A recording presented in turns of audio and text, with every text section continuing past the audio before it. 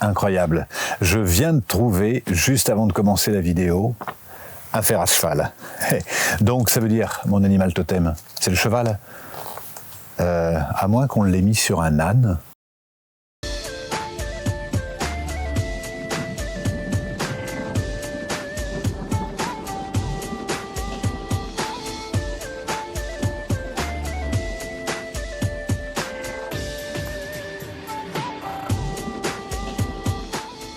Bonjour et bienvenue aux Chroniques du Moulin, bienvenue au Moulin de Beaupré. C'est un grand bonheur de vous retrouver pour la saison 5 des Chroniques du Moulin. Et il paraît que je suis un peu connu pour mon rapport avec les animaux totems, les animaux de pouvoir. Peut-être parce que j'ai écrit cet oracle, l'oracle du peuple animal, et que les animaux totems font vraiment partie de ma vie.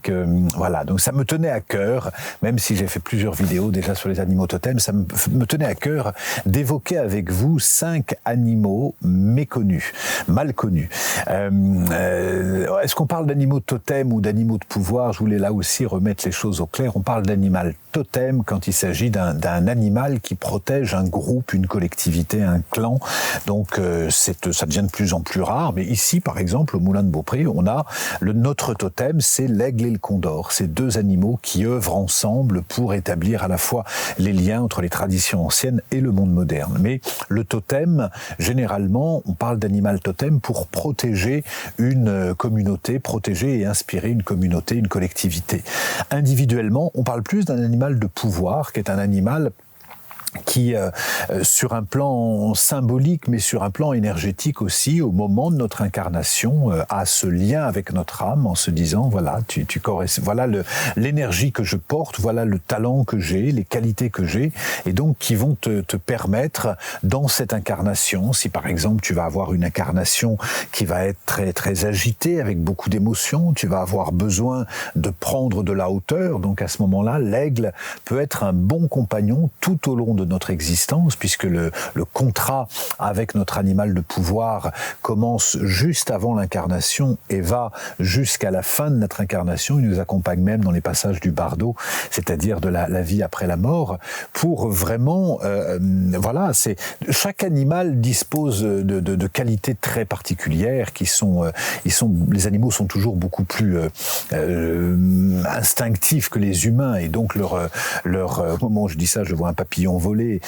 Chaque animal dispose d'une qualité. Le papillon va avoir la légèreté. On sait qu'il vit très peu longtemps. On sait qu'il a besoin de passer par différentes étapes, et donc il a besoin de terminer une étape pour passer à une autre étape.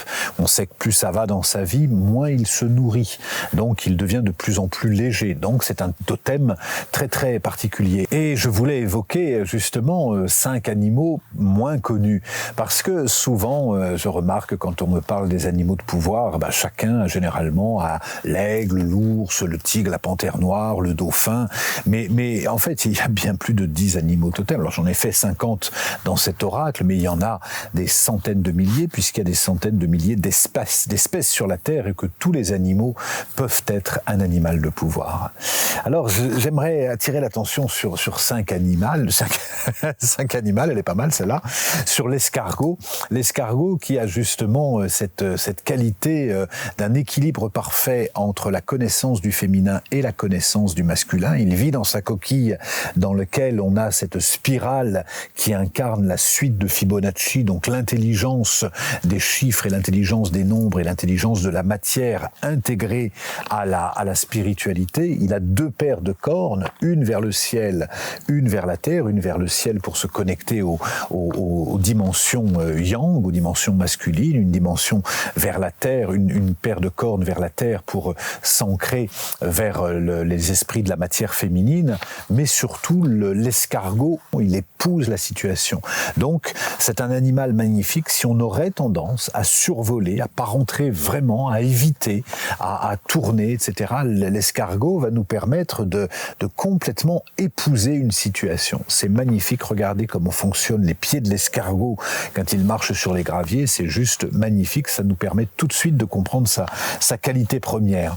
Un autre animal qui m'est venu comme ça, c'est le sanglier, qui, je dis méconnu, mais pourtant il fait partie des animaux vraiment très puissants chez les Celtes. C'est vraiment un animal de référence. Dans la tradition druidique, le sanglier nous relie à la terre, il nous relie à la matière, il nous relie donc pour tous ceux qui auraient tendance à vouloir être très virtuel, très spirituel, ou plutôt très spiritueux, mais pas du tout incarné, le sanglier, il se nourrit de glands, de poissons morts dans les fonds des ruisseaux, il va retourner la terre pour avoir les racines, donc il nous ramène vraiment à quelque chose de très organique, très terrien, pour nous rappeler que nous venons de la terre et que nous retournerons dans la terre.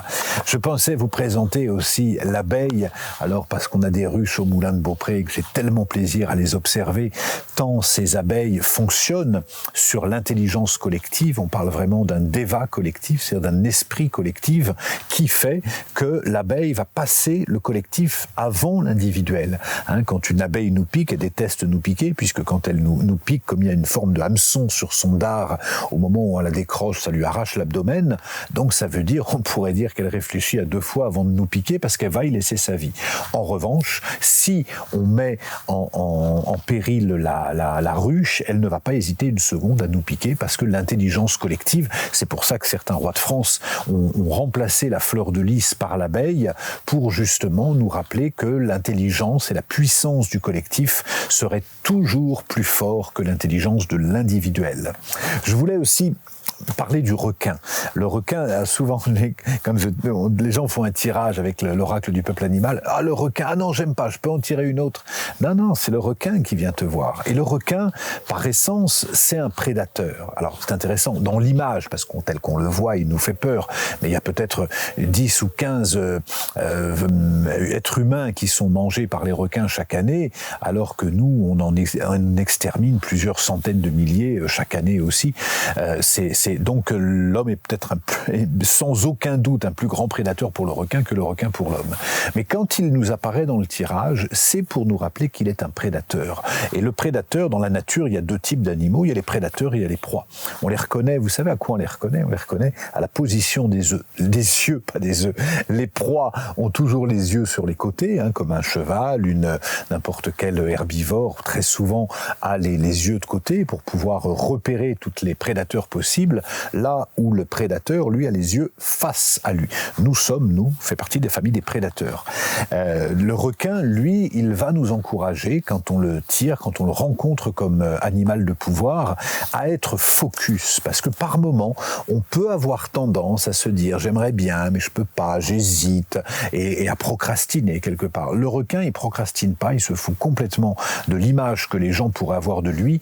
Il fonce droit devant pour avoir sa proie, et c'est comme ça qu'il se nourrit, sinon il en meurt. Donc c'est un animal de pouvoir qui nous accompagne vraiment fort au quotidien. Et puis je terminerai par un dernier animal qui s'appelle le griffon.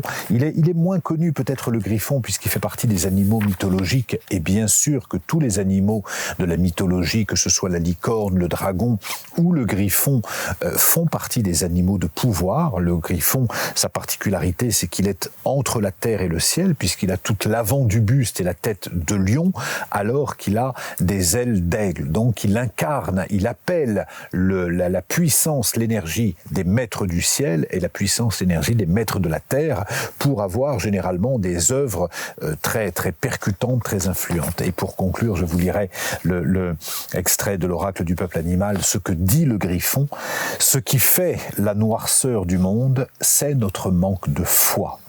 On ne combat pas les ténèbres par la violence, mais par l'amour, l'ouverture du cœur et la foi. Voilà le message de ce dernier animal de pouvoir qui est le griffon.